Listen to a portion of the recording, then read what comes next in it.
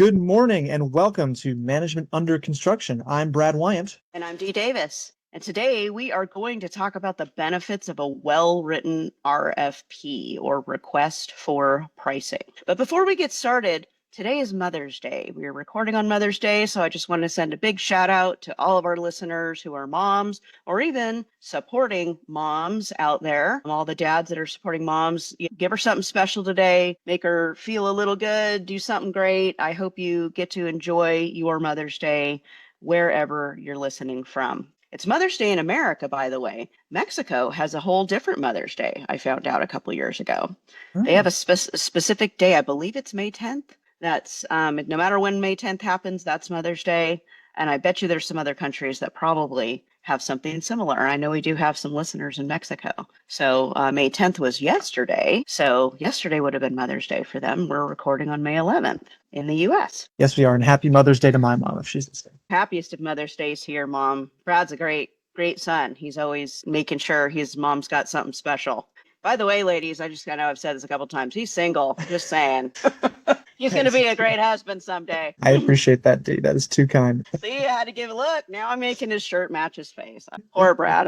He had no idea I was going to do that. That was Those totally of you listening, I am redder than a beet. That is great. That's great. Yeah. His that was unscripted. Sorry, Brad. No worries. It's entertainment as much as it's information on the podcast today. So what is an RFP? An RFP stands for Request for Pricing, not to be confused with an RFQ, which is Request for Qualifications. So real briefly, let's talk about the difference between those two because you'll hear both of those terms a lot in the industry. An RFP is dollar signs, right? It's scope plus dollar signs. It's really the first step in getting a firm budget set. This will go straight into a contract, typically, for a project. An RFQ is something that sometimes happens before, but not always. And what it does is it narrows down the bidding field. So let's say you had 10 potential contractors that might be suitable for this project or that you wanted to talk to about this project. You might make an RFQ, which is a request for qualifications, and say, okay, here's all the qualifications that we want you to have. Things like that are like safety record, how many previous projects you've had, your staffing, that kind of stuff goes into that. No dollar signs, really. And that will help narrow down the 10 bidders down to maybe 3 to no more than 5 typically. So that's the difference between an RFP and an RFQ. What experience do you have with RFPs, good, bad, or indifferent, Brad? I don't have as much as you do, Dee, but I have a little bit of experience. Deepest experience with RFQs and RFPs has been with being on the bid team during the interview phase, talking to a potential new customer about what we can offer, about my experience. And I always like that kind of an opportunity to speak on behalf of what we plan to do in terms of servicing the client. That's a great chance to set yourself apart from a bunch of vague, similar-looking marketing information and numbers on a spreadsheet. The hardest thing I've experienced about RFPs is weeding through the different customer-specific details they require for how to work with them. But that's also the most rewarding part because I've found that whenever I'm having a conversation with an owner in that circumstance, if you demonstrate that you read what they wrote, it goes a long way. You bring up a really good point there. There's nothing worse than sitting on the owner side of the table and having a contractor who is presenting to you or interviewing for you, and they've clearly not read the documents, or they respond in a way, if it's a written response, in a way that you can tell that they have not read the documents. That it's the equivalent of showing up for an interview unprepared. It shows that you just don't care that much. Maybe you're a little too busy. Maybe you're not going to give them the level of service. They're the customer. They want a response that's going to show them that you really want the job, that you are taking the time that is necessary up front to prepare. It's good manners and it's good business to show up prepared and show in your RFP and in your interview, if there is interviews, that you are ready to do that job. My experience with RFPs has been multifaceted. I've done it from the installing contractor side, the GC side, and I've done it from the owner side. So I've written lots and lots of scope documents and RFPs. I've read lots of them. I've had to respond to lots of them. And It can be tedious, but it's crazy the wide range of information that you will get. Some of it feels like you're reading a boilerplate contract, and contracts are part of it, but sometimes you're given tons of information, sometimes you're given very little information, sometimes you're given conflicting information. So it's very important to read it, to pay attention to it, and to respond accordingly. And if there's conflicts, there's usually a process to get questions answered. Some are a little squishier and allow you to pick up a phone and call somebody. Mostly the process allows for, similar to what we do in construction, which is to kind of write an RFI and say, hey, the document over here says that we can do this, but over here it says we can't. So which one is it? Because it may matter for the pricing and how you're going to do something in the project. Method in which you respond is generally in writing. The method in which you ask questions is generally in writing. And I know as an owner's rep, I've had to be very, very strict with contractors in saying, you must put all your questions in writing. You must give them to me by this day. And then what we do on the owner side is we write out all the answers. We look at them all, we write out all the answers, and everybody gets a copy of the question and the answer. So if there's 5 bidders, 5 people, if only one person asks the question, 5 person get the question, 5 people get the same answer. So that you're trying to level that playing field. And that's really what this is all about, is leveling that playing field. You should end up with 5 people bidding the exact same thing.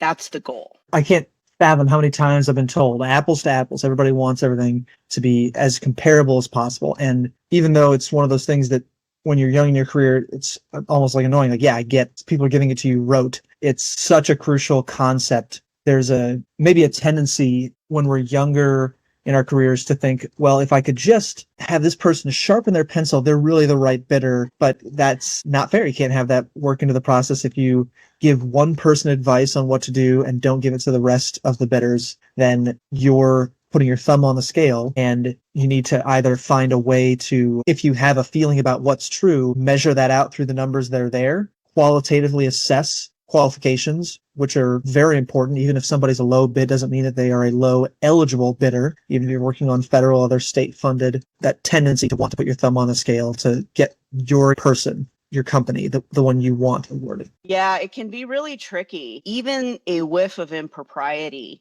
can taint you, your company, your reputation, the process. And like I said, some that I've been involved in have been a little squishier and some have been more firm. I tend to take the more firm side of it just because I would never want somebody to think that I was providing somebody else an unfair advantage. You also have to think about what you would want it if you were in the other seat, right? What would you want one of your competitors picking up the phone and getting information and exchanging information with the person in charge or the owner or the person that has the information, and you're not able to do it, but then they go do it? Would you want that happening? This is terrible. I once had a contractor in the middle of a bid. The bids were in, and we were in the middle of evaluating them on it was probably a $300 million project. And they called me one day and invited me to go to their ski resort for the weekend. They were putting together a thing with some different people and invited me to go along. And I said,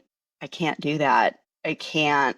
Thank you for asking. But the timing, even if you didn't mean it that way, I don't know that there was any malintent there, but just the timing of it could be interpreted as trying to influence my vote on my evaluation of their bid. And when that much money is on the line and things are that important as a consultant, or an employee of any entity, you really can't afford to be playing those kinds of games. Even not saying that they were trying to make it like that, but it could feel like that. Somebody else looking out from the inside could look at that and go, that's interesting. And you don't want to be put in that position. Very, very well put. I think that's definitely navigated because on the one hand, it's an invitation. It's somebody offering their kindness and their hospitality. So you have to concede that kindly, but you don't want people at that firm go to another firm, or people talk. Reputation is everything. You can only live on your name. Yeah, absolutely. And I did explain to them why I was declining. I said, listen, I appreciate the offer and maybe another time, but I can't right now because we're in the middle of this and I just wouldn't want anybody to get the wrong idea. They were like, oh, yeah, I understand. Sometimes you don't get to go have fun. It would have been a great day, I'm sure. Okay, so let's talk about what goes into a good RFP. An RFP takes effort, folks. I'm not even going to lie. A good RFP takes energy and effort because you're going to have things that are typical and you're going to have things that you need to customize for every single bid that goes out because every single job site is different. Every single owner is different.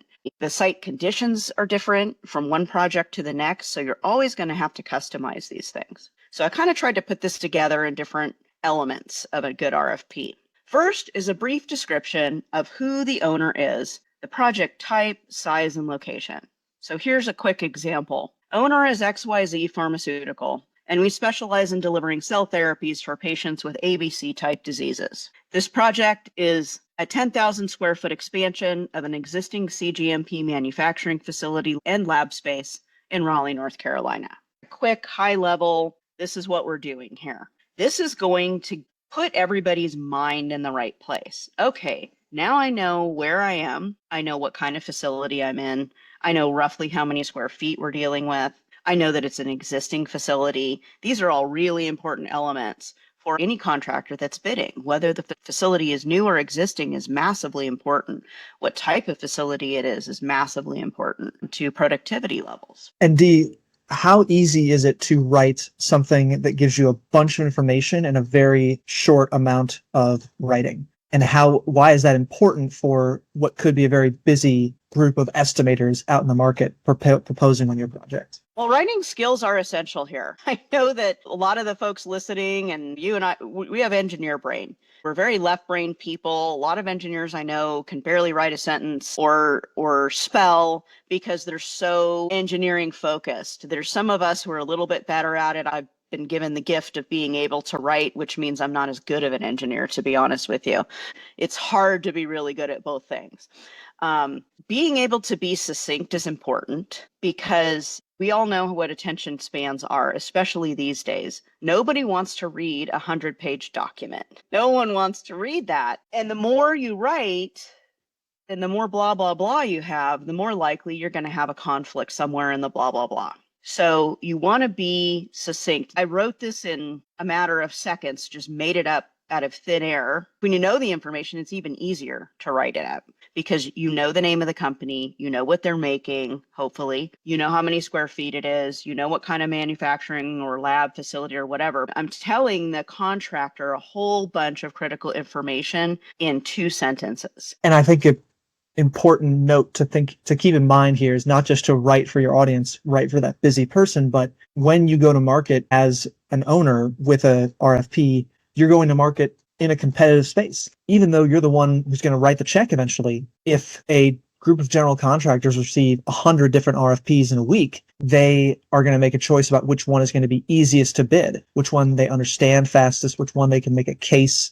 to their leadership to bid for or not. And if you make it hard for them to read, if you make it difficult for them to suss out whether this is the right choice for them or not, that's going to be frustrating for them. They're going to get turned off by that. They're going to go take more effort and put more of their time into the job that they have more of clarity with. As always, a great point. I don't know that people who have never worked for a contractor understand how many RFPs come in every year. I worked for a company at one point where estimating put together their metrics for us one year. This is a specialty contractor. If you look at all the bids that they do all year long and how many business days there are in a year, 1.5 estimates per business day. Mind-blowing. Absolutely mind-blowing. I knew a lot of stuff was going through there, but I had no idea that it was that much. And that's not going to be true for every company. There's companies that kind of bid everything that comes to them, and there's companies that are quite picky about what they will bid. And then there's companies that are somewhere in between because politics plays into this too. If you're an owner that is big in the area, maybe you're one of the biggest employers in the area, maybe your projects are especially attractive for contractors, then you might be a little higher on the list because if they opt not to bid your work, somebody's going to pick up the phone and say, why aren't you bidding my work? Owners get upset when contractors decide to no bid. They do. Every owner thinks that they are the most important and that the project is the most important. And to them, it absolutely is. And so contractors sometimes have to make tough decisions, like you're saying, and they're going to make those tough decisions based on lots of different factors. So you having a good, solid, clear, consistent RFP is going to be one of those factors. The next thing you want to include a blurb on what type of contract you intend to write. What is this? Is it going to be plan and spec, design assist, design build? Is it going to be a GMP? Is it going to be a T&M?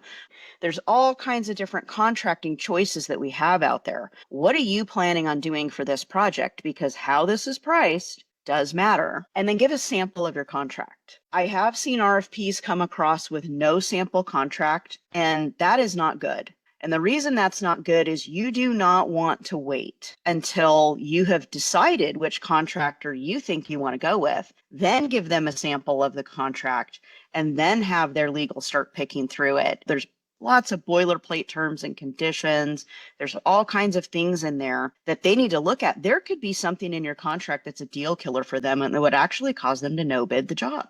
It happens. Have you had any experience with that, Brad? I haven't had any direct experience with being in the room to decide whether to not bid or to bid, but I have been in the room for a lot of go decisions. And one thing that comes to mind for me is the example of a Hollywood movie weekend opening. Let's say that Mission Impossible and some other spy movie open on the same weekend. If Mission Impossible is competing with that unknown, unnamed, non-franchise spy movie, people who want to see spy movies are going to go see Mission Impossible, not the one they don't know, because they want to know they're going to have a good time for their price of the ticket. So if you as a owner are putting out to bid a CGMP facility at the same time as another owner is putting out to bid a CGMP facility, and your deadlines are pretty close to each other, the contractors that do that kind of work are going to have a hard time pricing both at the same time. And that may be part of the conversation that happens in that room when they have that go, no go, are we going to propose on this or not conversation.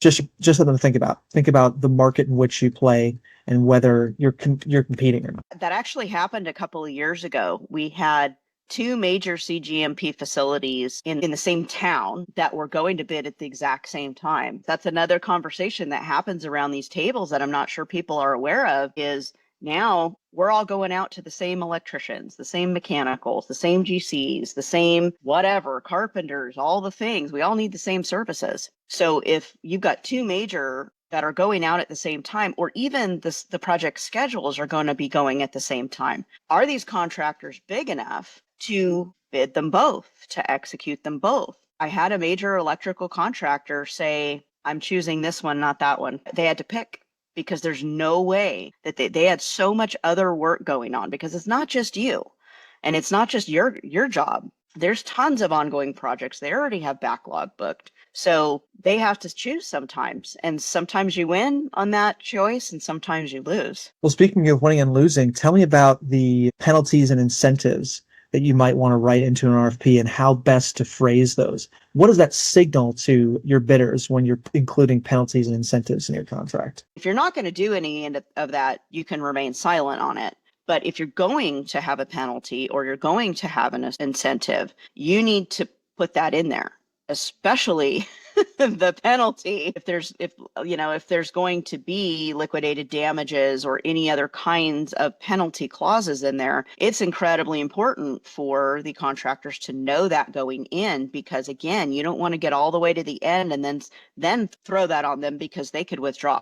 They could just say, I'm out. If I would have known that, I would have never bid the project. You don't want to wait until the last minute to do this. Put it all out there in the front. Let's say you're going to have a liquidated damages clause of $10,000 a day for not meeting schedule date X. That could narrow the field for you quite a bit, because depending on what that date is and how reasonable that date is and how much control you're giving the contractors over their ability to meet that date, it could knock a few out of the pool for you. Incentives is another one. If you're even considering doing an incentive clause, even if you haven't decided or if it's going to be negotiable, put it in there and just say, we would consider an incentive clause. I have more contractors ask about that than probably anything else. Even if we're silent on it, they will come and they'll say, would you consider an incentive? And what an incentive might look like is something like, for every day you finish early, you get an extra X number of dollars. It can be written a number of ways. It can also be a shared savings incentive. So if you have a specific budget that you're really trying to hit, you could say we have a shared bucket of money, and however much you save, if we save 50% of that, you get a percentage of it. If we save $100,000, we save $1 million, you get a percentage of that as an incentive to the contractor to manage the budget very closely. Have you participated in any projects like that with penalties or incentives? No, I've only ever participated in projects that have disincentives, that have penalties, and those really scare the heck out of people, especially in the bidding room, because with what's going on in the global supply chain these days, with the risks inherent to construction, people really shy away from them. If I were in that owner's seat, knowing what I know now, I would definitely want to be in the position of being able to offer both an incentive and a penalty.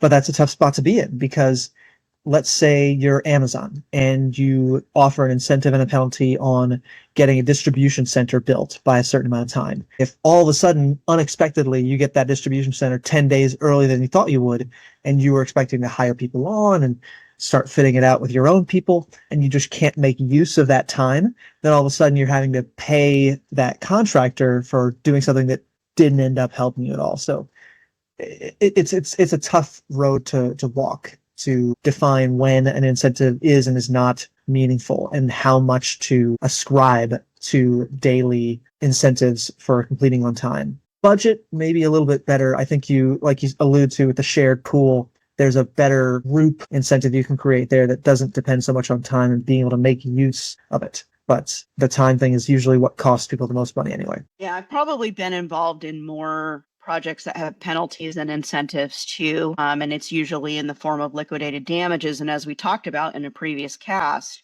liquidated damages is very tough to enforce. So it's something that, unless you're very serious about it, I wouldn't even bother. It's tough to enforce, and what you're doing on the front end by putting it in there is scaring some people and automatically putting them on the defensive, which is probably not how you want to start your contracting relationship. When you're talking about those kinds of questions, should you go to your own legal team who does all the rest of the RFPs for your company, or should you go to a different lawyer to ask that kind of a question about liquidated damages, do you think? Well, it very much depends on how your company's organized. I worked for general contractors and specialty contractors that we had lawyers on staff. They were specialized in contracts and, all that stuff, so that we could run things by them and talk to them about, and they would review contracts. So during these RFP processes, they would get contracts and we would send it to them to review. As estimating was doing their thing, they were reviewing the contract and they would mark it up, and they would give us a list of things that they would recommend that we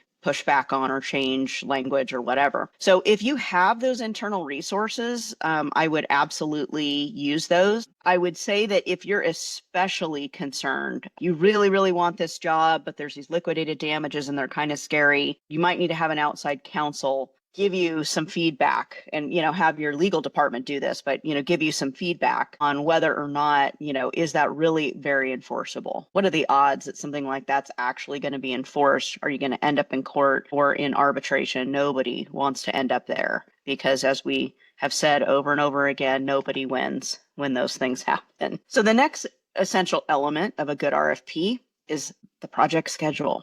Here's something to think about. I am in the position of making a project schedule often on the owner's side before we go out for bid. So it depends on the owner. Some owners, I write the RFP. Some owners, they have their own people that write the RFP. But usually, as the owner's rep and working with the design team and all that, I'm creating the initial schedule. So the person's skill set on creating that initial schedule is pretty important here. You do not want to back into a schedule, especially at this stage. You want to make sure that you've built yourself some fluff, you've built yourself some what ifs, you've built yourself some reasonable time here, that they're going to take a schedule an owner's rep or somebody like me has made, and we're putting it out to the GC. This is the first time the GC is going to see this, and they're going to look at your schedule and they're either going to laugh and go, ha, ha, ha, that's pretty funny. There's no way we're going to make that. And there's two kinds of GCs. There's the kind of GC that'll laugh and smile and shake their head and just go, sure, whatever. Yeah, we'll do that. Uh-huh.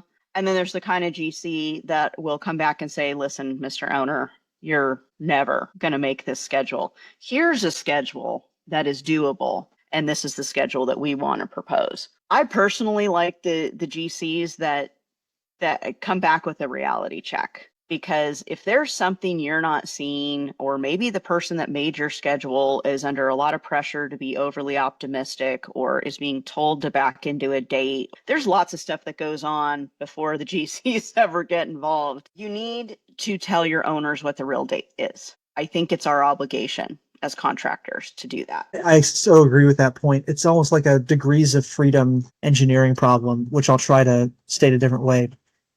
A degrees of freedom engineering problem is where if you constrain too many factors, physical reality doesn't allow you to succeed. In this instance, if you say you have to be under this budget and do it in this time, but you can't make that schedule without having the budget to do overtime, then you're over constraining the problem for the contractor. You don't want to put yourself into a box where you're saying, I need the contractor to tell me what I want to hear to win the job. You want to put them into a less constrained environment where they can say, this is what's really important to me as the owner. Here's where you have to tell me what it is, what makes it possible to do that. If you over constrain the problem, you're going to get what Dee said, people telling you what you want to hear and nodding their head until they prove that what you wanted was never possible, or you're going to get people laughing you out of the business and not wanting to work with you. It's better to give people room to meet you in the middle, as opposed to saying exactly what you want in every single area and then being disappointed later on when you don't get what you want. Everything in life seems to go back to the good, fast, cheap model. You can have any two, but never all three. Can you have it for that budget and that schedule? Well, maybe, but you're not going to end up with a very good product. And that's not what any owner wants. These capital projects, somebody's spending what is a lot of money for them, regardless the size of the project. They're spending what is a lot of money for them. And somebody on the other end of that, their reputation's on the line. So they want a good product. They also want it good, and they want it fast and they want it cheap. So owners, we have to remember that when we tie people's hands and we tie people's feet and we ask them to run a marathon, something's going to give, and you are going to be the one who ends up losing, because your project will not come in on budget. It will not come in on time. So giving a good, reasonable schedule up front, asking those contractors to be honest with you about feedback on your schedule is important if you're sitting in the owner's seat.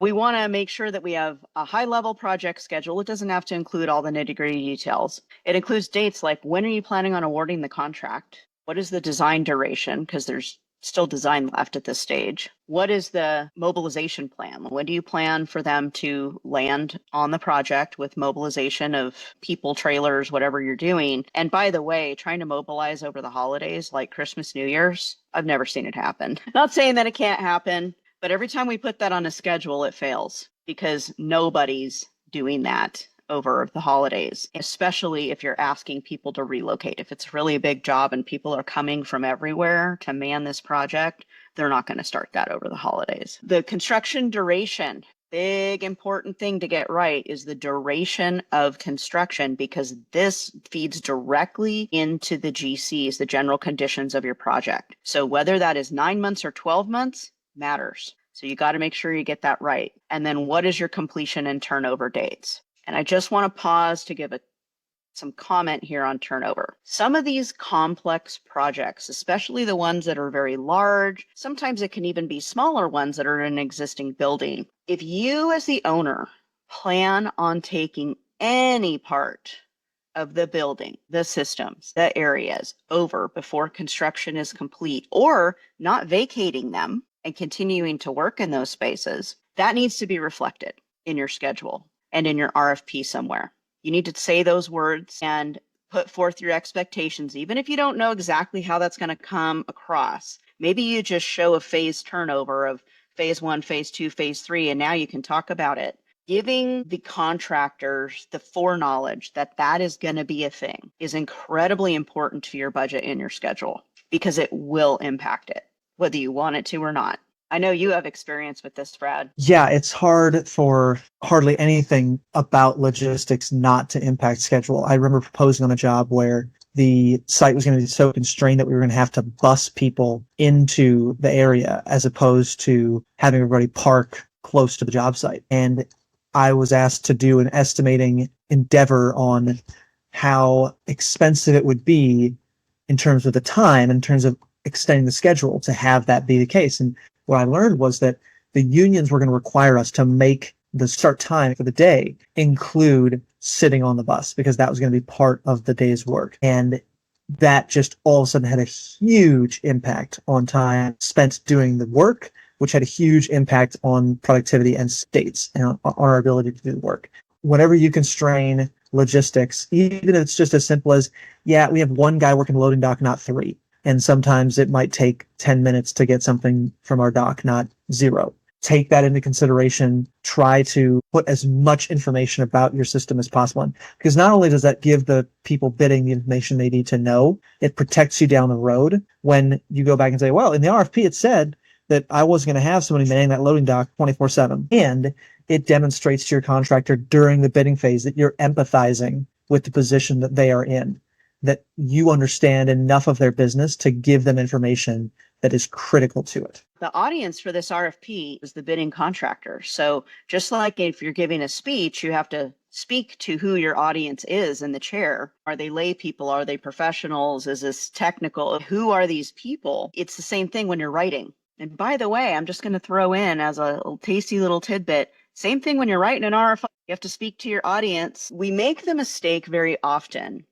of assuming that everybody knows what we know. And so when we're writing documents like this, we have to unlearn the information. We have to put ourselves in the shoes of the people who are reading it and assume they don't know the things that we know.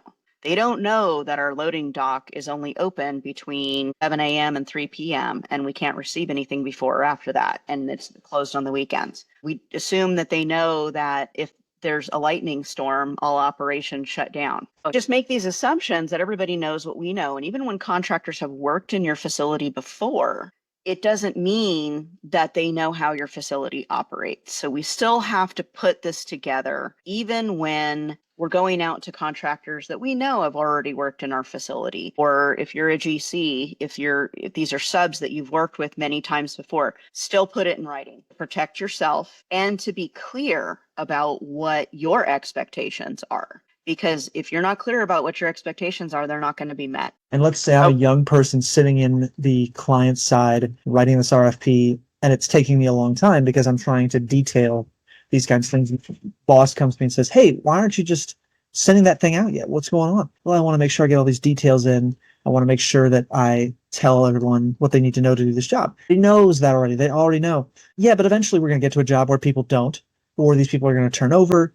I just want to have some language that I feel comfortable putting out that doesn't leave any room for doubt when we have this come up next. Trust me, it's going to make the next time I do this faster. Those kinds of arguments you can make to the people that are pounding on your door, because we live in a time-constrained world. I get it. But you've got to defend the importance of these articles, because if you try to rush now, you're going to be trying to rush a lot later.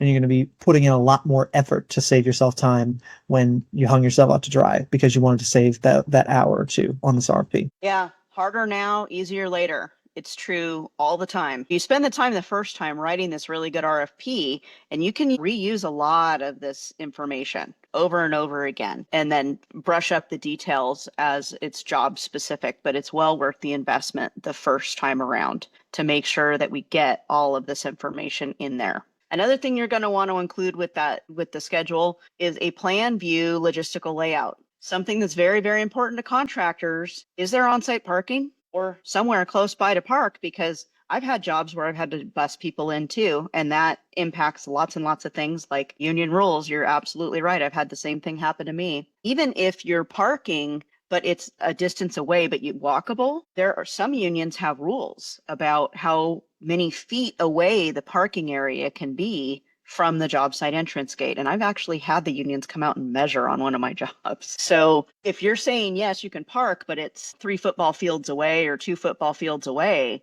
you have to pay for that walking time. So it can impact your productivity. But what kind of laydown area are they going to have, and where is it? How many square feet is it? It matters based on the size of the job and the kinds of things they're going to have to shake out. Are there going to be spots for trailers? Is there going to be availability to put a trailer? If there's no trailers, okay, where are they going to work? Is it going to be room inside your office space? Are you going to provide them some office space to work in or not? Is everybody working remotely or out of their truck? And then deliveries. Where and how are we receiving deliveries as a construction site? Those things all matter tremendously to contractors. The next element of a good RFP is a project facility narrative. So this is something that I see skipped way too often. It's even more important in an existing building than it is in a new building, but it's still incredibly important. So if it's a new building, it's more like a project narrative. If it's an existing building, it's a facility narrative. For an existing building, the things that you want to include are a description of the operations of the existing building at a high level. Now, I'm not asking them to not asking you to include how you make your secret sauce. Nobody's looking for that. I'm talking about big items like ongoing operation interruptions, planned facility shutdowns, parallel projects happening on site. Those are massively important to contractors. Also, things like if you're getting deliveries on a regular basis that inhibit their ability to work in a certain area, they're going to need to know that. You're going to want to include your must have or you must not list. And some of this stuff might look like you're going to always have a clause that says no unplanned shutdowns. It seems obvious, but yes, we're going to say that in words. Other things might be you absolutely cannot park here for any reason. No foreman's trucks, no nothing. You work in some of these really concentrated areas, especially in downtown areas or anything like that. And you might just have a clause that says contractors are responsible for figuring out their own parking. Can't park here. That's a common one in concentrated areas. No on-site trailers, no workspace, no nothing. You're on your own for all that. As the owner or as the GC, you're going to require drug testing for staff and field. You need to put that on there. Even if you're paying for it, they have to provide the time and they have to make sure that they are allowing time for that kind of thing. I have not had a project that's required drug testing in quite a while, but I think it still happens in some facilities. Site safety orientations, that's kind of one of those gotchas. Some owners will have their own site safety orientations. GCs always have those for subs. How much time? 15 minutes, 30 minutes, an hour? Is the owner have one and the GC has one? This stuff all adds up. So contractors need to know about these kinds of things. You also want to provide a description of the intent of the project and what the team organization is going to look like. What contractors want to know, how much owner support is there really? Do they have 25 points of contact or 1 or 2? That matters quite a bit. Provide a copy of the basis of design, even if it's not final yet. Sometimes it's not final like approved by the owner kind of final when we're going out to GCs. That's okay. Even if it's in draft state, you can just call it a draft and say, here's roughly our basis of design to try to give them some information. One of the items further down on my list is all of the contract documents, but if you're going out to a GC early, you may not have any yet. So your BOD might be your contract document and the best you can provide at the time. Expected working hours and days, including overtime, weekend work, holidays. If you expect this contractor to work 7 days a week, 12 hours a day, 24 hours a day, you need to tell them that you need to say it in very distinct words. It's very important that we are clear on what those expectations are, because it will greatly impact your budget and your productivity. What are your expectations? Is it Monday through Friday, regular 8-hour shifts, and then overtime as needed to keep schedule? Or is it something different? Are you going to start at 6 days a week? Any critical milestones that you have, like let's just say that you have a move-in date for this brand new facility or this area of the facility. You have a move-in date of X, and there's probably all kinds of reasons why that date is critically important to your business. You need to put that on there so that is a goal that we know that we have to figure out a way to help you meet, regardless of whether construction is completed or not. So can we get you the occupancy that you need? There's so many details to this project and or facility narrative that you're describing. If you were sitting in an owner's seat or you were sitting next to somebody trying to prepare a document like this, how might you say to organize your thoughts and prioritize each of these items? How might you organize them when you're preparing to write them? Is there a format that you would follow to say, start here, middle here, and there, or is it more flexible than that? Well, the format that I use is set up just like I'm presenting it to you. Here's the high level narrative, and then I start getting into the weeds on these different areas. There's a section called schedule. There's a section called facility narrative. It's laid out just like I'm laying it out for you in the cast. And I have templates that I've written for owners. And again, every owner's a little bit different. When I write them, this is what I'll do. And I write RFPs for specific scopes too. Sometimes I'll be writing an RFP for a process scope, or I'll be writing an RFP for a commissioning scope. The information's really the same, whether you're doing it down to a specific scope or you're doing the GC, which is a big scope. The format's kind of the same. You're putting all the information in. Does it matter what order it's in? I would say not so much. I think it's more important that it's all there and that it's organized. You have your bullet points and you put it by section so that they can say, okay, all the schedule stuff's going to be over here. All the facility narrative stuff's going to be over here. And you may have a budget section. I don't usually have a budget section. I may, in the narrative of the project, say that our target budget is between X and Y. That's usually about all the information you're going to give in this kind of a document. You're not going to be giving any kind of detailed information generally on that. So I would say having the information all there is the most important thing, and not being too wordy when you are writing it. You're not writing a dissertation. You need to find a way to take the time to write it in a way that's easy to read quickly, but that allows you to get all the information you need across. It's like that famous Mark Twain quote, I didn't have the time to write you a short letter, so I wrote you a long one. And the idea there is that it takes a lot more effort and time to put all of this detail into succinct, quick,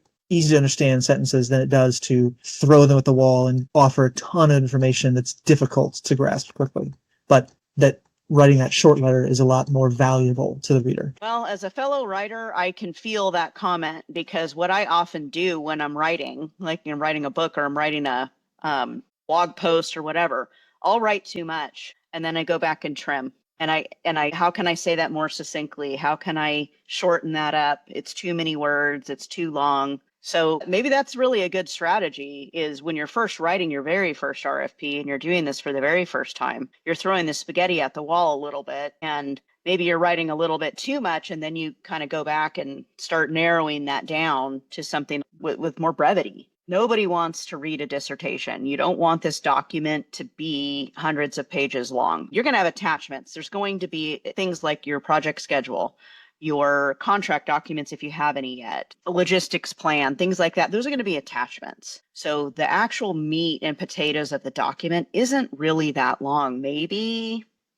10 pages. But one of the things about parsing it out into sections is that what you can do on the contracting side as the receiver of it is you can say, here, you deal with the schedule stuff. Here, you deal with the logistics stuff. You're not generally having one person do everything soup to nuts, unless it's a very small contractor. It's possible that they are, but a lot of times you're parsing that out and having different people attack different pieces of this RFP or RFQs. They work the same way. Another very important item that I find that is almost always missing from these is a full list. I'm just going to say this again, a full list of any and all items that the owner is providing that needs to be coordinated with the design documents. I've been on projects where the owner doesn't provide anything. To be honest with you, that's my preference. It's so much easier from a contracting standpoint for you to just be doing all of it, because then it's all in your purview and you don't have to coordinate with a whole bunch of other entities and you just go. But depending on the type of project, it might not be like that. So especially when you start playing in some of the pharmaceutical arenas and the medical arenas, the owner is doing their own medical equipment procurement. The owner's doing their own pharmaceutical specialties equipment, all the process equipment generally. They're hiring somebody to do it for them, which means, and it's outside of you. So from your standpoint, it's by others. All of those things touch your stuff, connect to your stuff, need space in your area. Who is receiving it? Who is installing it? Who's connecting it? Or do I just have to leave room for it? Like that happens a lot in labs. Owners or some other third party will provide all the lab equipment. Okay, I just need to know what it is that you're doing. What electrical do I need to provide? What plumbing connection do I need to provide? How much space do I need to leave here? Is it bigger than a bread box? Is it heavy? Is it something that I need a med gas for? And are you handling it all yourself, procurement all the way through installation, startup, and everything? Or are you expecting the GC or trade contractor to be offloading it, setting it, and connecting it? Those are all critically important things. One thing to remember, and I just said this in a design meeting to my designers on a project I'm working on the other day, if it's not on the contract documents, the contractor doesn't know it exists. They don't. If they can't see it on the contract documents, they have no idea that it exists. This is so true. I once had the opportunity to be on the bid team for something at a courthouse, and a lot of the job involved things that were outside of the area we were working in, but they had to connect to other parts of the building. And we really wanted the work, but a lot of stuff wasn't shown. So they had a day where everybody could come out and take pictures of everything around the facility and find out for themselves what they had to do. And boy, I mean, I heard later on that there were things that we hadn't had access to, or things that we didn't get the chance to see, that we didn't adequately document, that ended up hosing us. And we did the wrong thing as the contractor. We didn't protect our own liability. That's on us. But think about the mindset that you're putting your contractors in. If it isn't written down, they're not going to capture it. And if they don't capture it, they're going to try and find a way to stick you with it later on if they are put in a corner. The best way to go is to try to make it as easy as possible for them to understand everything they need to understand during review of the documents, as opposed to thinking, well, I know I didn't put it in the documents that clearly, but they had a chance to walk the job, so they should know. No, it could be that the person who walked the job doesn't communicate effectively with the person on their bid team. That would be on them, obviously, but don't make it hard on people. Don't hide information. The kind of register he's talking about of a list of these items, it's a lot of work for you on the owner side to put that together, I'm sure. It's not something that's going to be easy, but it's going to be well worth your time, because if you don't do it and there's a problem, they're going to try to make you pay for it later. If there's no problems, then it all goes well. But it's a lot easier to deal with it this way than it is to deal with it the hard way. Well, I have to be honest, I've never seen it not be a problem. Ever. In the history of owner furnished equipment on my projects, as much as you try, I mean, I learned some hard lessons in the first few projects that I did that were like that.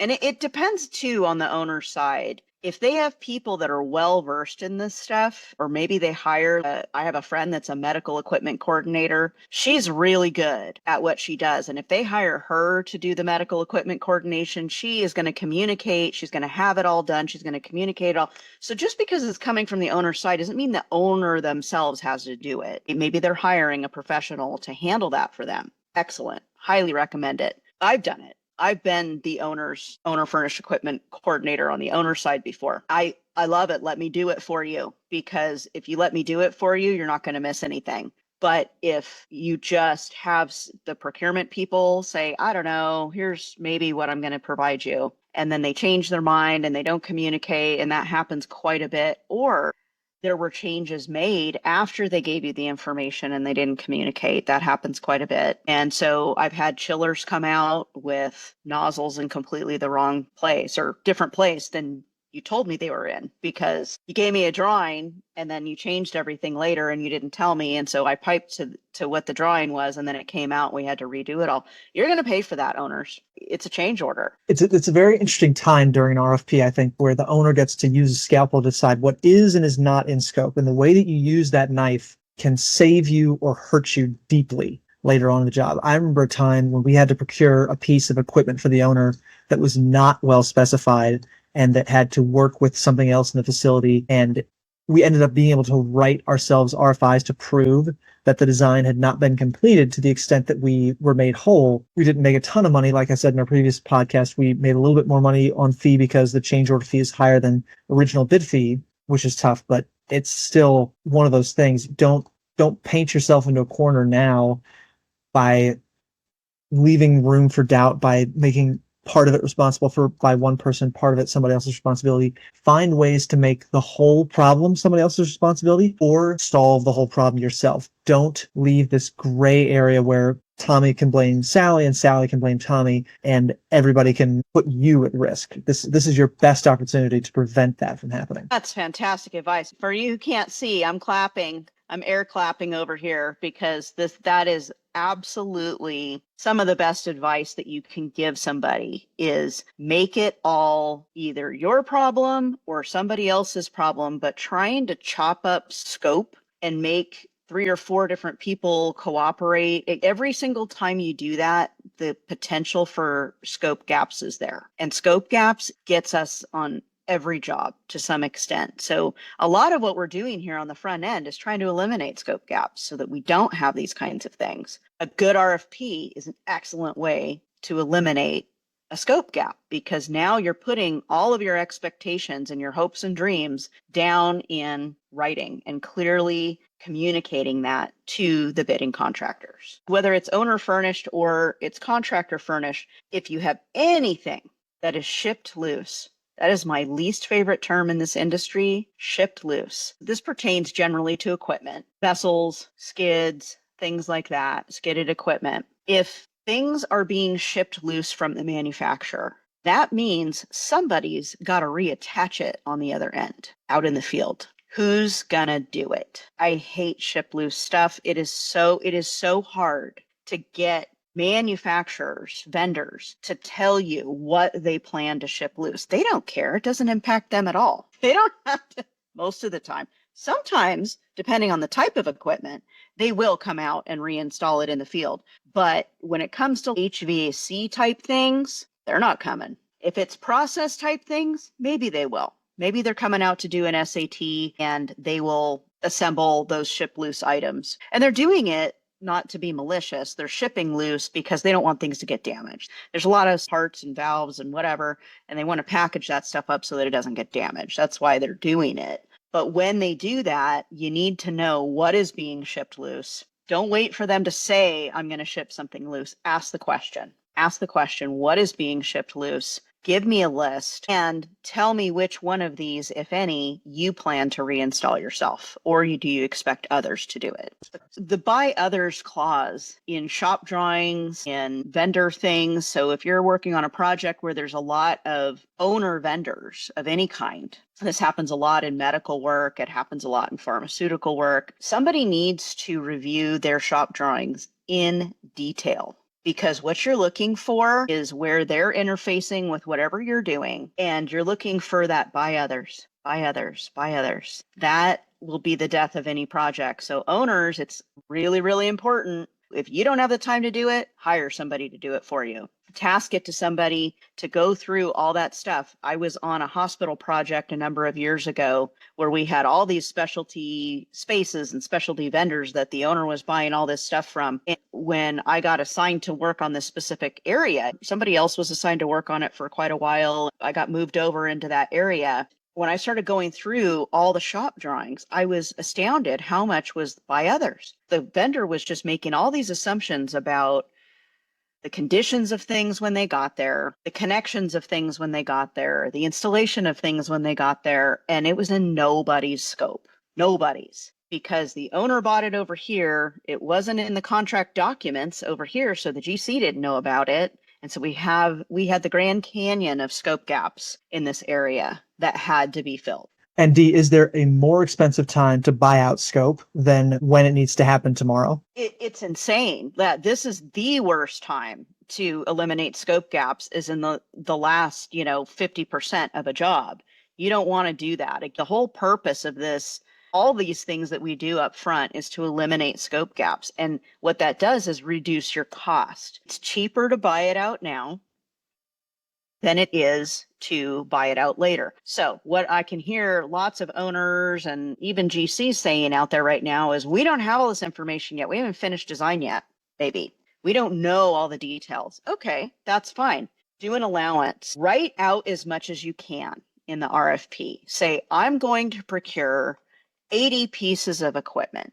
They're this type of equipment. 5 of them are heat exchangers, 6 of them are boilers. Whatever it is that you've got with a certain number of nozzles and a certain number of connections, you can make some swathing assumptions based on what you do know at that point. Try to capture at least something that will allow the GC to give you an allowance to draw from based on whatever information you can provide so that everything's on a change order, because that's what it'll be later. Is it will absolutely be change orders. And I've seen these change orders be hundreds of thousands of dollars because you're dealing with multiple pieces of equipment, multiple connections, coordination that is just, it is incredibly complex. And this is just one of the gotchas that I see happen more often than not, is the ship loosed and the owner furnished. Big area for risk there. Absolutely. So the next thing that you want to provide in your RFP is all the contract documents. Anything you can possibly provide, even if they're in draft or early forms,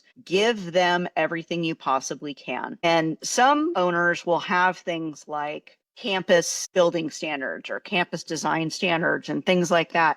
Include it. Absolutely include it. If it's available, if it's something that your design team is held to, if it's something that your GC is expected to be held to, absolutely provide it and make sure that you're giving them as much information as you can.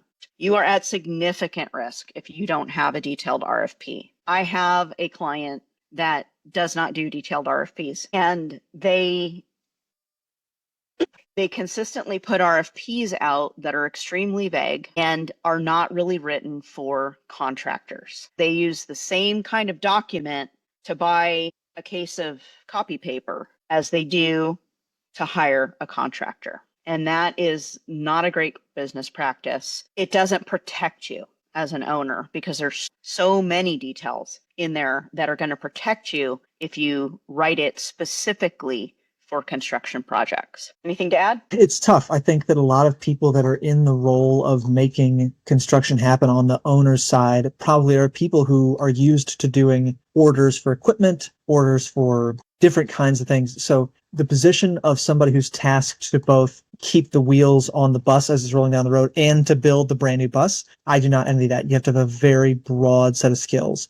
But I hope this podcast has been a good intro into some areas that a person should pay attention to if they have that many different areas of work under their purview. And there's something that comes to mind for me along the lines of this that maybe anecdotally is useful to describe why RFP writing and good RFP writing is so important. I watched a TED Talk recently. The thesis of it was that good leadership is boring, that when somebody in a position of having to make sure everything happens does their job, nothing bad happens. It's all smooth, and it's hard to see the effort that went into preventing disasters, preventing something from getting worse than it could have. So it can often be almost disheartening for somebody to put in a bunch of work to do something to make sure that bad things don't happen and then not get the attaboy, not get recognition from your internal organization. So the only advice that I would give somebody in that position is find a way to demonstrate the value that you're offering without allowing disasters to happen.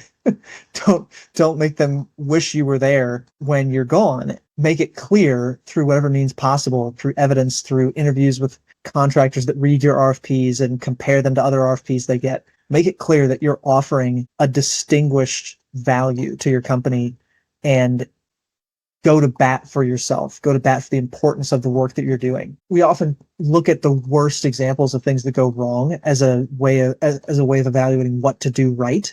But when things go right, we don't celebrate our wins very well. So find ways to celebrate your wins, find ways to demonstrate to your leadership that the work you do has impact and is powerful. This is probably a very undervalued area. Everybody's excited at the beginning of a new project. Like, we're so optimistic. We're like in the beginning of a new relationship. This time's going to be different. It's going to be great. Honeymoon stage. Everybody's happy. Everybody's excited. It's like we're on our way to Disneyland every single time we're starting a new project. And we forget in our excitement that we need to take the time to do these things. I guess maybe it's a little bit of a later when the honeymoon's over and things are a little bit rough out there. This is going to help us. This is going to save us from having to argue. We have to pick our battles, definitely, in this industry. And we don't want to be battling over this kind of stuff that we could have prevented. If you just put it down, if you just write it down, I mean, hopefully you don't even have the conversation. That's ideal. But if you do have to have the conversation, then at least you have something to point to. The RFP is a bid document. So if it isn't in the contract documents and it isn't in the RFP, it's a he said, she said, and we're all in a bad place. We don't want to be there. So just put it in the RFP or somewhere else in the bid documents, and if it as appropriate, and hopefully we can eliminate the really uncomfortable parts of the business. When we're no longer in the honeymoon stage and we're not driving to Disneyland anymore, we're exhausted and oversugared and we're driving home and we just can't wait for it to be over. Maybe that's a really good analogy for our industry. Beginning of the job, we're on our way to Disneyland, and at the end of the job, everybody's done and exhausted and just wants to go home. I think that's a perfect analogy. It's like, what could possibly go wrong? My dad tells this story about the vacation from hell where everything went wrong on this vacation. They kind of cheaped out on the booking, and it ended up being like not at all what they thought they were getting. The boogie boards gave my sister and I rashes. They had somebody break in, and it was like, what could possibly go wrong? Everything could possibly go wrong. That is the autobiography of everybody that's ever worked in construction. What could possibly go wrong? Everything. Make sure as little goes wrong as possible by putting in the work now. I was at a birthday party with 4 and 5-year-olds yesterday, and holy Toledo. I just got to say, I have to give my daughter-in-law a shout out. She's so brave. She's so brave. There must have been 20 kids, all ages, but most of them were 4 or 5-year-old kind of range. And it was a tea party for my twin granddaughter's 4-year-old birthdays. As I was watching, loud chaos, there's kids running everywhere. And I was thinking, this is a little bit like a project in the middle of the chaotic part of a project. Somebody's crying, somebody's wet. Somebody's crying and somebody's wet. It's horrible how true that can be though, because somebody will be crying by the end of the job and somebody else will be soaking wet. The parents are just trying to hold it together, and it's just chaos. It's absolute chaos. And with twins, it's extra special because they want everything the other one has. So of course you have to buy 2 of everything, and they better be exactly the same. My son was saying, please tell me there's 2 of those. Please. I will pay you if you tell me there's 2 of those. Having a house full of kids at a birthday party is not that unlike running a project sometimes. So we want to minimize the chaos by having a good RFP. So anything you could do on that front is well worth the investment. Hire a consultant. If you don't have the resources to do it, or you're just like, I don't want to do it, I don't have the time to do it, I don't have the knowledge to do it. A lot of companies, they put this on their sourcing departments. Well, depending on the company and depending on the sourcing department, some of these companies are really well versed in this, and they have it down and they're doing a great job. And other companies kind of muddle through it because maybe they don't do construction very often. Hire a consultant to do it for you. It's so worth the money. If you have an owner's rep, your owner's rep should be able to do this for you. If you don't have an owner's rep, you can hire somebody like me or any of the other millions of consultants out there who can do things like this for you, and make sure that you get it as right as possible. I work with lots of different companies. I'm certainly not the only one out there. I work with lots of other consultants who do this kind of thing all the time. There's people that specialize in producing these kinds of documents for you on your behalf to try to protect you and make sure that you get the best possible outcome from beginning to end. If you don't know what could go wrong, hire somebody who does. Ooh, I like it. Can I borrow that? You don't know what can go wrong, hire somebody who does. I might use that. By the way, he named this podcast. I've struggled for weeks to try to come up with the perfect name for the podcast, and I was really struggling. And he just went management under construction, and I went, perfect. It's perfect. $1,000 of an MBA later, and here I can come up with some taglines. Hey, that has value. That has value, my friend. Thanks for joining us. We'll see you next time. Goodbye, everybody. Watch us on YouTube at YellowstoneProfessionalEd.co. Don't forget to like, share, and follow us. Apple, Spotify, everywhere you listen to your podcasts. You can email us with questions, comments, and suggestions at heyd@managementunderconstruction, HEYDEE, to get me or Brad at managementunderconstruction.com.